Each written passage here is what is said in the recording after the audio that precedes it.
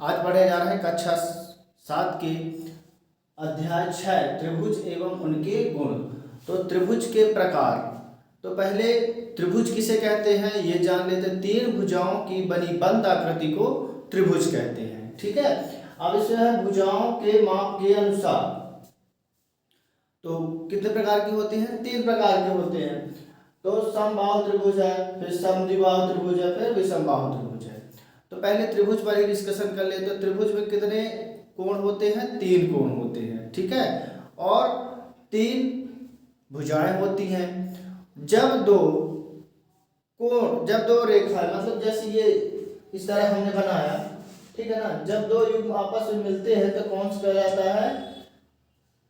शीर्ष बिंदु कोण त्रिभुज, ठीक है ना। यहाँ पास कौन सा कोण बन रहा है? ये शीर्ष कहलाएगी इसकी।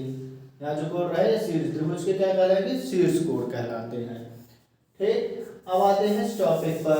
तो पहला है समद्विबाहु। अच्छा, इसके अवयव कितने होते हैं? 6 होते हैं, ठीक है। तीन भुजाएं होती हैं, तीन कोण होते हैं और 6 अवयव होते हैं। तो समबाहु त्रिभुज, जैसा कि नाम पर क्या है? सम मतलब क्या होता है? सम मतलब बराबर होता है। तो ऐसा त्रिभुज जिसकी तीनों भुजाएं बराबर होती हैं तो वे समबाहु त्रिभुज कहलाती हैं।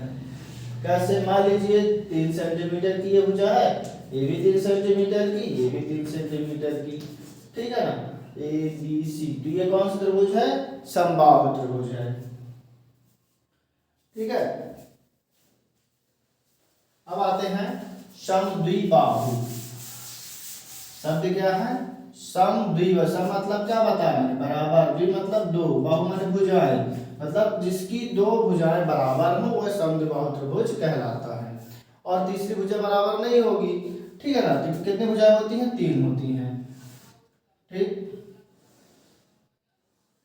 अब इसमें क्या हो जाएगा? इसमें इसको 2 सेंटीमीटर मान के चलिए, ये भी 2 सेंटीमीटर की और ये 3 सेंटीमीटर की। ए बी सी, तो ये कौन सा त्रिभुज हो जाएगा? समद्विबाहु त्रिभुज। इसमें दो भुजाएं आपस में बराबर है, ठीक है। और ये इस वाले में क्या था? समबाहु त्रिभुज में ये भी 3 सेंटीमीटर, मतलब कोई भी माप हो सकता है, 4 4 का रहेगा, किसी भी माप का, मतलब तीनों इक्वल रहेंगे सेंटीमीटर में। ये भी 3 सेंटीमीटर की। ये हो गया समबाहु त्रिभुज, ये समद्विबाहु त्रिभुज। अब विषमबाहु, जैसे विषम मतलब क्या होता है? अलग अलग हो जाएंगे, ठीक है ना।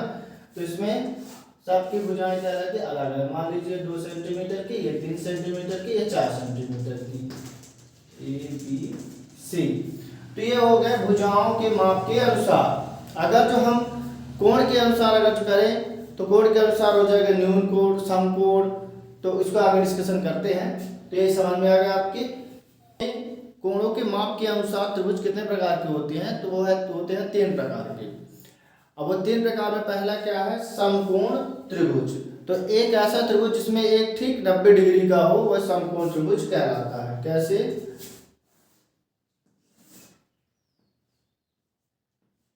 ये 90 डिग्री का, ठीक। एक कोण कितने डिग्री का होना चाहिए? 90 डिग्री का। तो ये क्या कितना डिग्री का? 90 डिग्री का। ये ध्यान रखना, अगर जो इस तरह का बॉक्स बना रहता है तो वो कितने का रहता है? 90 डिग्री का रहता है। फिर अधिक कोण किसे कहते हैं? अधिक कोण होता है जिसमें 90 डिग्री से अधिक का कोण बने, ठीक है ना। तो 90 डिग्री से अधिक का कोण बने वो अधिक कोण कहलाता है। मान लीजिए कितना हो? 110 डिग्री। ए बी सी, ये कौन सा कोण हो जाएगा? अधिक कोण। ये कौन सा कोण है? समकोण। और न्यून कोण क्या होता है? जो 90 डिग्री से कम हो। 90 डिग्री से कम हो मतलब ऐसे, ए बी सी, कहीं भी नाम दे दीजिएगा। तो न्यून कोण, न्यून कोण मतलब 90 डिग्री से कम, अधिक कोण 90 डिग्री से अधिक, और समकोण ठीक 90 डिग्री। तो ये होते हैं हम कोणों के माप के अनुसार। मुख अंतः कोण, तो अभिमुख अंतः कोण। अभिमुख अंतः कोण कौन कौन से हैं? कोण ए, कोण बी, कोण सी, ठीक। अब हमको बाह्य कोण बताना है, तो बाह्य कोण कौन सा बन रहा है, A B X, A B X, ये कौन सा है, बाह्य कोण।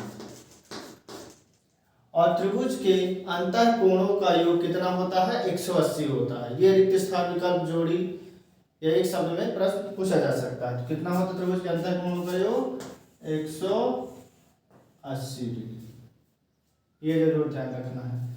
बाकी ये कर्ण, लंब, ये आधार, ये पाइथागोरस प्रमेय है। जय।